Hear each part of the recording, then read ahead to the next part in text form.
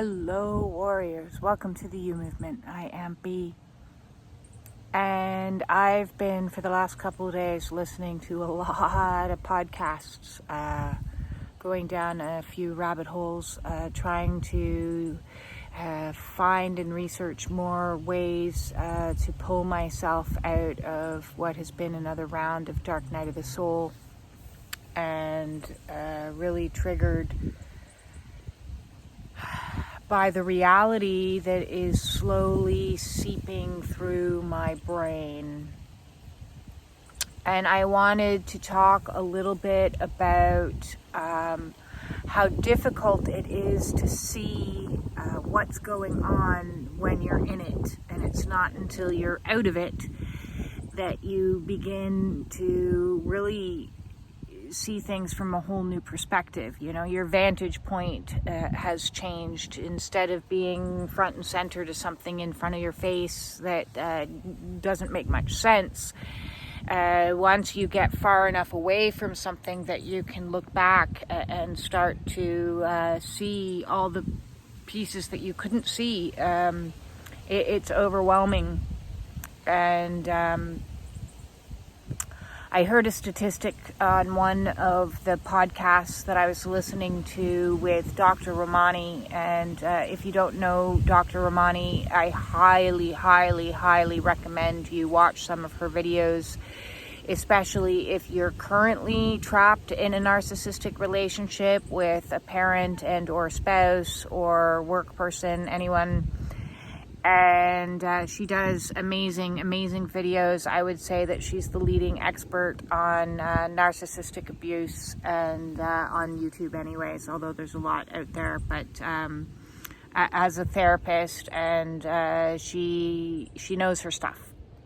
And she said today in one of the podcasts that I was watching that only about 50% of people actually manage to make it out of a narcissistic relationship, which is a pretty low statistic if you ask me, but one that I understand, because as difficult as it was for me to extricate myself not only from a long-standing narcissistic relationship with my mother before she passed away, but also with my ex-husband. And so I have it from both vantage points to be able to look at it. And I can say from the child's point of view, you know, or the adult child of a narcissistic parent, I had carried with me my whole life this hope that A, it would get better, and B, this belief that was indoctrinated into me because of society that you don't abandon parents. You don't walk away from family members. And so because of those two rules, so to speak, I stuck it out in that relationship for 40, well, if you discount my years I was adopted, so 45 years. And that's a long time to stay enmeshed in something. In the last few years that we were in contact, I was obligated to telephone her every single day. And every single day it was, I equated it like that show True Blood. I don't know if you've ever seen that show, where she offers up her arm for a certain degree of feasting. And then she's like, okay, that's enough, gotta go. And hang up the phone and close up the wound again before the energetic vampire takes too much. And that's what narcissistic people are, is very much energetic vampires, and their children, their partners, their whomever are their supply. And the same can be said for my marriage with what turned into being the most covert, most adept liar I've ever met on the planet. His gaslighting was, bar none, something that pulled the wool over my eyes, which, you know, it's I kind of beat myself up a little bit because, here I started a YouTube channel, and I was talking about trauma, and I was talking about narcissism. I was talking about like all the signs and the symptoms of gaslighting and this and that. And all the while I was like in it still, and I couldn't even see that I was in it. So extricating myself out of these narcissistic individuals in my life was a process that took a long period of time for me to be able to escape from fully. And when you do escape, it's not like, boom, all of a sudden, okay, yay, I'm free. I wish that was the case. That came as a huge disappointment to me. That I don't know, for some reason. And listen, I can come on here and I'm well educated and I've researched a lot, and you know, I have a background in addictions counseling. I have a background as a Reiki master, but I'm still human. I'm still very human, and I'm still full of flaws and ignorance to my own journey. You know, that's what the healing journey is about self-discovery and self-awareness, and digging deep into the muck to unfuck, and going into the shadowy places and facing self. And so that includes facing all our own blindnesses and our own skewed perceptions, our own brainwashing, our own programming, our own limiting beliefs, all of these things. So on this journey, I've said from the get-go, hey, you know, this is me. I'm going to attempt to unfuck my life here, and I'm going to bring you guys along for the ride. And so my ride has currently led me to a whole new expertise on narcissism that I never wish I had. And it's mind-boggling. It's mind-boggling to me that there are so many, and the statistics say there's 1 in 5 individuals is narcissistic. Or has narcissistic traits, and those traits can show up in any type of behaviors. If you don't know the behaviors, a few just to list off are, you know, gaslighting, lying, manipulation, reactionary abuse, financial abuse, cheating, triangulation. Did I say that one? And a whole bunch of other, you know, stages and behaviors used as a means to get you hook, line, and sinker, sucked into the without any awareness. So it starts with like severe love bombing, and then the devaluation stage starts, and then there's like all kinds of mind fuckery at play. And when you're, as I said, when you're this close to it, you're just confused. You're just confused. I was just so confused because I'm a problem solver. I love solving problems. I have a knack for it. And when I couldn't solve the problems within my own marriage, I was like, what is going on here? What is going on? And, you know, up and down and cycles of chaos and confusion, and then, you know, hoovering back in again, and love bombing again, and devaluation again, and then all this like mind fuckery. It's designed purposefully to keep you completely and utterly confused, disassociated, and perplexed. And the harder that I tried, the deeper I dug the hole. The deeper I dug the hole for myself. So one of the things that I was learning about today that really kind of hit me hard on the head was understanding, and I've gone in because my own recovery, my nervous system is shot. Like over this last year, the anxiety, the PTSD symptoms, or the complex post-traumatic stress disorder symptoms, which are very much associated with survivors of narcissistic abuse, have been off the wall, and up, down. And so trying to regulate a nervous system that's pre-programmed to respond to stressors like an extreme response has been very difficult, because I'm going through awakening, I'm going through a legal battle, so there's constant stressors that come in, and then it's like up, down, and so I've been doing a lot of research into polyvagal theory and understanding how the nervous system functions, and it struck me, so at its very basic, and I'm no expert on polyvagal theory by no means, but I'm learning for my own health and wellness, and I wanted to pass this on to you, is there's 3 basic stages of your nervous system. I always only thought there was 2, but according to polyvagal theory, it's like a ladder. So you, at the very tip top of the ladder is this, I feel safe, I feel happy, I feel secure, life is good, I am calm, woohoo, feeling. And then in the middle is when you get activated into your fight or flight response, which I've talked about in a good few of my videos last year.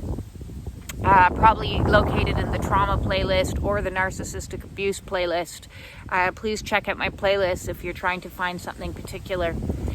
And then at the bottom of the ladder, the bottom rung, is the burnout phase, which is the dorsal response. Is when you curl in on yourself and you go into a state of shutdown. And I've been in that state multiple times over the last decade. But what I never in piecing these puzzle pieces together, as I said, what I never identified before is how I was never allowed to be in that safe, happy, relaxed state, ever. Anytime that there was any type of activity, like a party or a holiday or something that was going to be something relaxing and fun, I would get prodded, quite probably purposefully, to throw me back into fight or flight automatically. So in a social situation, that might play out like reactionary abuse. So finally you're relaxed, you're sitting down, you're enjoying a nice glass of wine, and he would do something like hide my bottle of wine on me, thinking it was funny, or you start a chaotic situation by flirting with somebody else in the room that would set me off, like emotionally. I'd be like, what's happening? Why is this going on? And then I'd be, boom, pulled right back down into fight, flight, fawn, or freeze. And the more I learn about complex post-traumatic stress disorder, I see that where we may have a predilection or preference to go into one response, it's oftentimes we can bounce around in all of these responses, desperately trying to get one of them to get the result that we're looking for. So where fawning was probably my most used, which was to people please and try to subdue the situation, and it's okay, don't worry, everything will be okay, and so I would go into, even though I was the one being triggered, I would go into, it's okay, I'll make you settle down, and I'll give you what you need, or I'm not going to react in any way that's going to upset you more, or I don't want to, I want everything calm, so let's everybody calm down. And then fight would have been something that I would have attempted to use here, there, and everywhere. That never worked for me, because when you stand up for yourself against somebody who's narcissistic, they just throw that back in your face and nothing I do is good enough for you, and why are you always complaining, and so it was exacerbating. It was like beating your head against the wall to attempt to go into fight. Flight was also one of my favorites, which was to be as busy as humanly possible, to run around the house and paint a wall and clean a kitchen and go here, go there, do this, work, problem solve, always attempting to fix everything. So flight was definitely one that was in my repertoire. And then last but not least was freeze, which is just to kind of say nothing and just maybe this will pass, kind of energy. And so freeze can also be, any of these fight, flight, freeze, or fawn are very anxiety ridden. Your nervous system is going and firing, and you're trying to stay calm, and you're trying to stay relaxed. And so my nervous system over the last 15 years has very rarely had the opportunity to even be allowed to go into that parasympathetic nervous system where you're like rest and digest and laugh and have fun and all of these things. The only time it was allowed to do that was in a love bombing cycle when, look at how wonderful this is and how great I can be. And then you're like, oh, this is so wonderful. And then the next crisis would come along, and so you'd get pulled back back down the ladder again until the point where ultimately you're disempowered because you're completely and utterly burnt out. And when you're completely and utterly burnt out, you become reliant on the person that burnt you out in the first place. So the person that's prodding you becomes your savior, which only re-indoctrinates over and over and over in your head this something that happens in our brains is we try to remember only the positive moments. We overwrite all the negative stuff.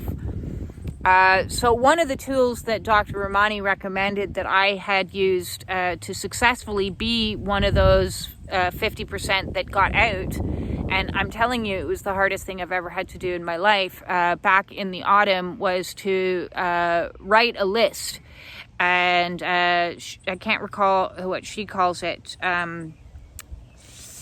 I can't recall, but you write a list of 100 things or more and write down everything that they do that's negative, everything that they say, every behavior, every action. Because when you have it in black and white, when your mind goes into that program to override and overwrite the negative things that happen, you've got the list and you're like, oh, wait a second, no. This is reality. This is what the reality is in the situation. And that list was extensive, and it was mind-boggling to me at the time. So any time that I had the pull, and if you're in a narcissistic relationship, you would understand it's like this pull back because this person has become your mind has become turned to Swiss cheese, and they fill the holes for you. So in that Swiss cheese mental place, you lose the ability to trust self. You lose the ability to have faith in your own intuition. And so you're constantly seeking somebody outside of yourself to validate yourself. And so they become your person that's going to be like, is this what this is? Is that what it is? Which is insanity when you think about it, that you're seeking validation from the person who's gaslighting you.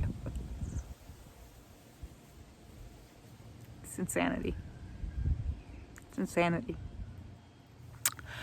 So, nervous system, obviously all connected to the brain. And so when your brain is disabled through narcissistic behaviors and all these tricks and gaslighting in particular, where reality is constantly being altered, and you become so reliant on their perception of things, you become completely and utterly disempowered.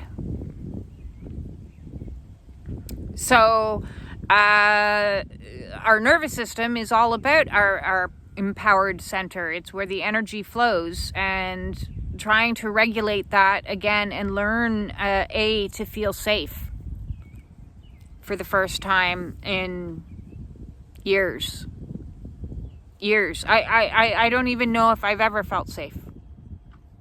I don't know. I'm starting to question that if in my life, because how everything was set up. Have there been times in my life where I actually felt safe? And I'm gonna probably say not. because, as you know from my videos, being raised by a narcissist, I quickly learned for ways to self-soothe outside of myself through cigarettes at age 14 or 15, and alcohol, and dating, and pot, and caffeine. Alcohol was my primary, from the time I was very young, because that would make me feel safe in social situations. Because otherwise I would have had extreme social anxiety. What are they thinking about me? Do they think I'm weird? Oh no, I don't fit in. Have another drink, and then you get the liquid courage going. So that was a false sense of safety. Or when you're at work and you're stressed out, and a customer is triggering you, or a coworker is triggering you. I need to go have a cigarette. Calm down. Oh, now I feel safe again. Now I feel safe. Synthetic safety has been something that I've been searching my whole life, and then seeking safety in a marriage that was narcissistic was the height of insanity, because that's the least safe place to be. But you convince yourself, you are indoctrinated to believe that this is your person and you are safe, when that's the farthest thing that you can be. And so the nervous system needs to feel safe for it to relax itself and climb that ladder back up out of that burnout stage, and up out of that fight or flight, adrenal fatigue stage, and up into natural joy, bliss, all those things that we want to ascend to. It was my mission from the get-go of, I want to be able. B for able is bliss. And pull myself up out of all these lower emotions that I had been trapped in, which was bouncing between depression and anxiety and worry and fear and despondency. And, where I started from 5 years ago was a hot mess.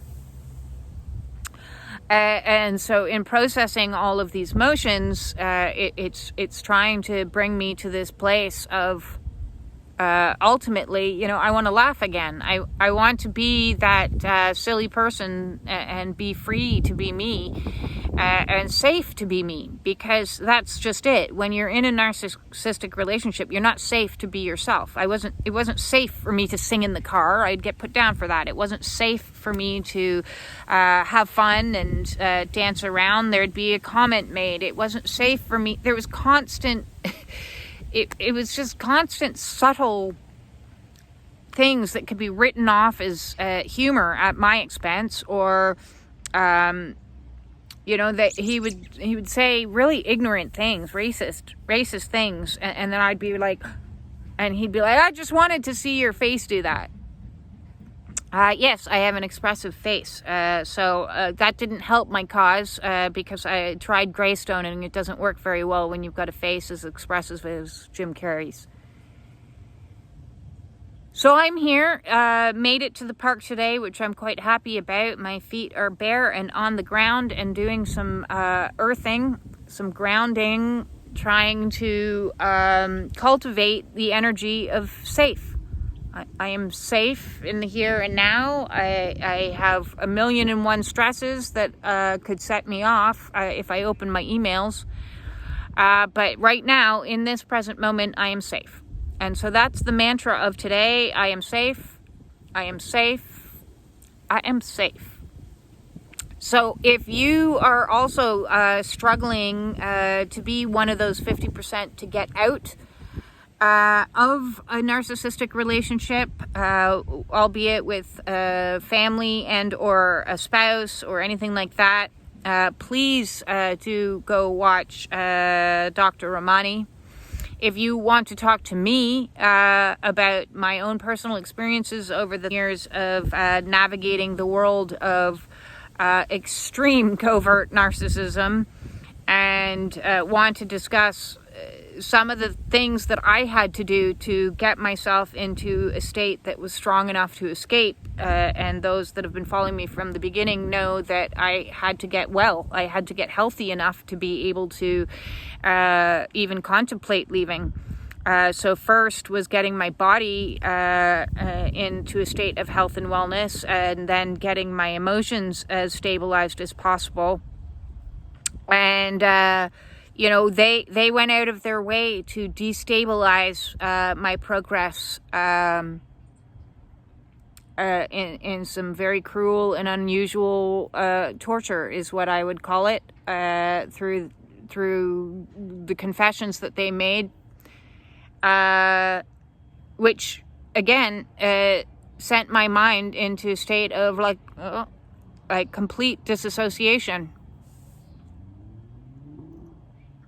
So this last year, 14 months, has been exceptionally not safe through this awakening process, and through extricating myself fully and completely out of a narcissistic relationship. And as I said, if you want to set up a one-on-one Zoom call with me, the way to do that is in the description below. And we can discuss some of the things that you're facing, because they may be some of the stuff that I've faced. And maybe we can set up, because getting support through this is really important, especially support for people who understand what narcissism is. Because if you try to talk to your friends, oftentimes you'll just get, we'll get over it. Or, just move on with your life already. Well, that would be well and good, except for the fact that narcissism leaves a lingering problem with your nervous system. It leaves a lingering problem with your health and wellness. The longer you're in a relationship, the more health concerns you're going to have. And this has been scientifically linked, that those stressful narcissistic type of relationships can lead to gastrointestinal problems, can lead to mental dysfunctions, memory loss, any type of confusion, constantly depression, anxiety, inflammation in the body. For me, that turned out into extreme putting on weight, and diabetes, and fibromyalgia, and sleep apnea, and all the peripheral neuralgia, and chronic pain, and all these other things that I've had to deal with. And that's after, a decade of being in a very abusive situation. If you are just out of this type of relationship, the one message that I keep getting over and over again, and I'll pass on to you, is you have to give yourself time. Time to grieve. Time to grieve the person that you fell in love with that never actually existed. The time to grieve the loss of the relationship that meant something to you. Time to allow your nervous system to regulate, because that is not something that's going to happen overnight. They say it takes about 2 years. Time to get yourself a support network. For me, I have a crisis counselor that specializes in somatic counseling that I've lucked into. She's fantastic.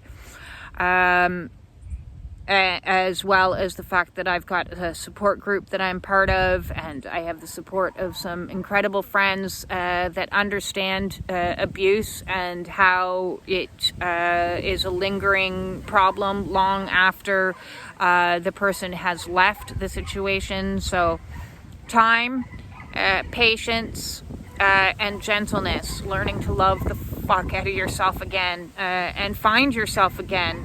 This whole the you movement, is rediscovering who I am. Who I was at the beginning on video number 1 and who I am now are two totally different people. And who I will be, hopefully in the end of this year, I swore to myself a relationship with self, 365-day relationship to self, and at the end of this year, hopefully I can be more me again. I can be me, and be happy, and move on feeling safe and secure. That said, peace out. Love you.